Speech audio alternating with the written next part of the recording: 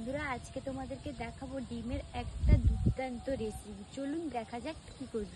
এই যে দুটো ডিম কাঁচা, সেগুলোকে আমরা একটু কাদার সাহায্যে গায়ে মাখিয়ে নিই। আমরা আজকে রেসিপিটা করব ডিম পোড়া। ডিম পুড়ে ডিমকে আমরা মাখা করব। এরপর ডিমটাকে ভালো করে কাদা মাখিয়ে নিয়েছি আমরা একে একে করে।